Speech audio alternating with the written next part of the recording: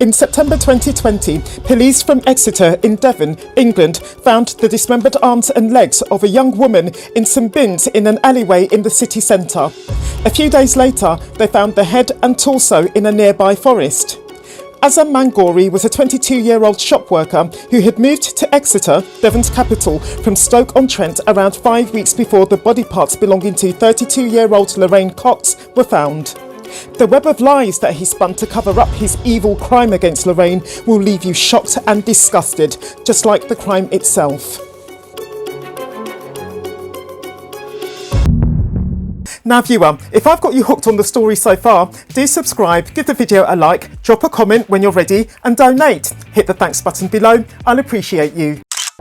Friends and family of Lorraine Cox were, in early September 2020, somewhat thrown by the text messages that they received from Lorraine. Lorraine announced to her father, Tony, that she was moving from Exeter to Plymouth to make a new start. Plymouth is about a half-hour drive from Exeter. Born and raised in Exeter, Lorraine had spent the 2 years prior to September 2020 living with her fiancé, Elise Fallows, up in Scotland.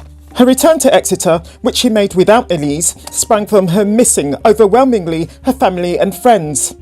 To her father then, it didn't make sense for his daughter, who had only just returned home after years away, to suddenly be moving to Plymouth, where, presumably, she didn't know anybody. Lorraine was a type 1 diabetic. If she really was moving away, why hadn't she at least gone home to pick up her very necessary insulin kit? Police were soon to discover, you see, that Lorraine had indeed left her medication at home. Likewise, Elise Fallows knew something was up when Lorraine replied to a text message from her with a middle finger emoji. As Elise tells it, Lorraine would never have behaved like that towards her. When in the early hours of the 1st of September 2020, Lorraine found herself being chatted up by a handsome young man, a total stranger to her, she wasn't in full control of her faculties. Having been out with friends for some time before coming across the man who had just struck up conversation with her, and having drunk heavily in the course of that time, Lorraine was now well under the influence. Azam Mangoori comes from Kurdistan in northern Iraq. His stepfather, who raised Azam alongside Azam's mother, was, according to Azam, an extremist who had involvement with political parties. Azam says that under his stepfather, he wasn't allowed to go out or have friends, and that at 15, he decided he would one day leave Iraq. Azam describes the migrant camp in Dunkirk, known as the jungle, as a lawless place. He reports that it's everyone for himself and you do what you have to survive. Azam had travelled over to Dunkirk from Germany after having the asylum application that he made in that country rejected. Germany had been Azam's first port of call after he fled Kurdistan at the age of 18 or 19. Azam came to Exeter on the 20th of July 2020 to start a job in a shop in the city centre that some Kurdish friends of his had got him. This brought an end to Azam's time as a drifter, if you will, up in the Midlands, which had begun when, after 6 months at the Dunkirk migrant camp, Azam got on a lorry which brought him to England. As a result of both the very shocking and confusing text messages that they had got from Lorraine and the fact that they hadn't seen her since their night out on the 31st of August 2020, on the 3rd of September 2020, Lorraine's family and friends reported her missing to the police. Lorraine didn't simply come across Azam Mangoori in the early hours of the 1st of September 2020. Before approaching Lorraine and speaking to her, Azam had followed her for over a mile. Azam's arrest, which came on the 8th of September 2020, was on suspicion of kidnap, which sprang from the discovery that Azam had used Lorraine's SIM card. Through the CCTV footage depicting Azam's movements in the early hours of the 1st of September 2020, police were able to trace him to a flat above a kebab shop in the city centre. This was Azam's home. Azam first identified himself to police as Christopher Mayer.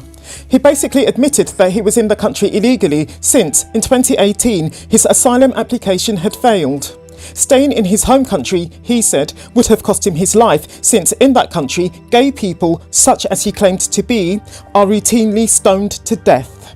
The day after his arrest, Azam claimed that Lorraine had died from a self-inflicted drugs overdose.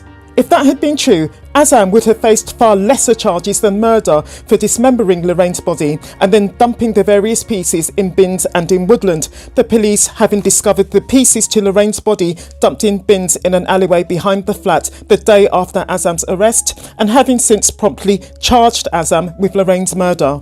4 days after this, police found Lorraine's head and torso in the woodland at Tinpit Hill, a short drive from Exeter. The body parts were so badly decomposed that police were unable to determine with 100% certainty Lorraine's cause of death. One of the two theories was death by strangulation. The other sprang from the fact that the head had been found with the t-shirt stuffed into the mouth. This meant it could have been death by asphyxiation.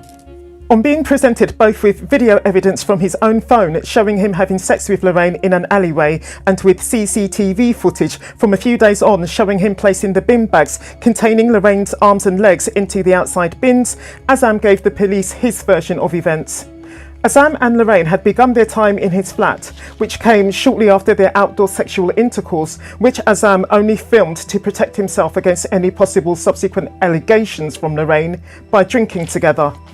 On trying the drugs that Lorraine next offered him, which she did after taking some herself, Azam immediately felt nauseous.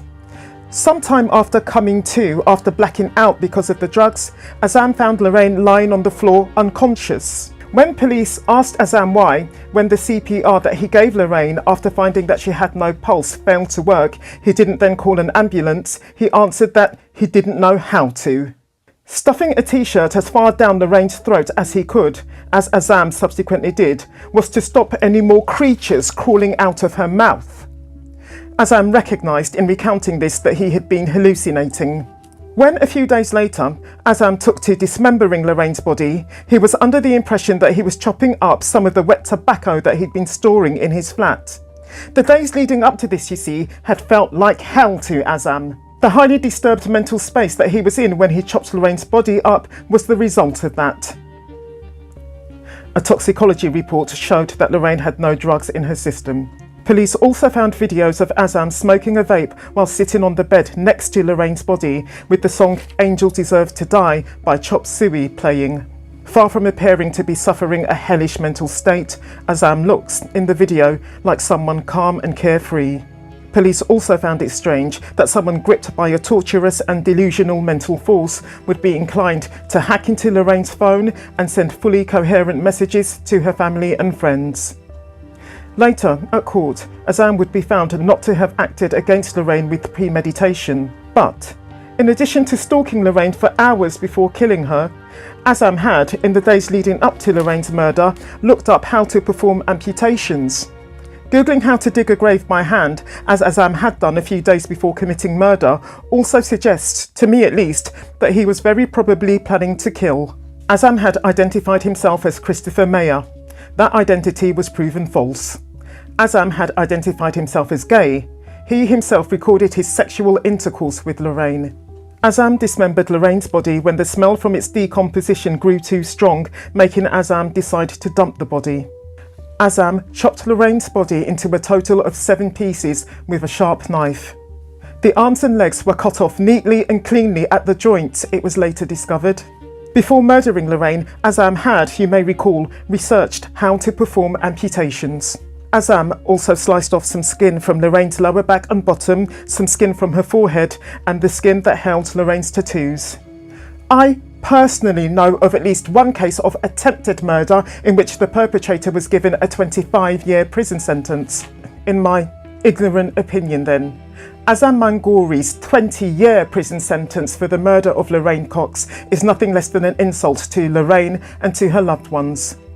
An evil, lying savage, Azam came to England from his home country for safety and freedom. Just look what he did. If this video has gripped you, I recommend you to watch this one next. I'll meet you there.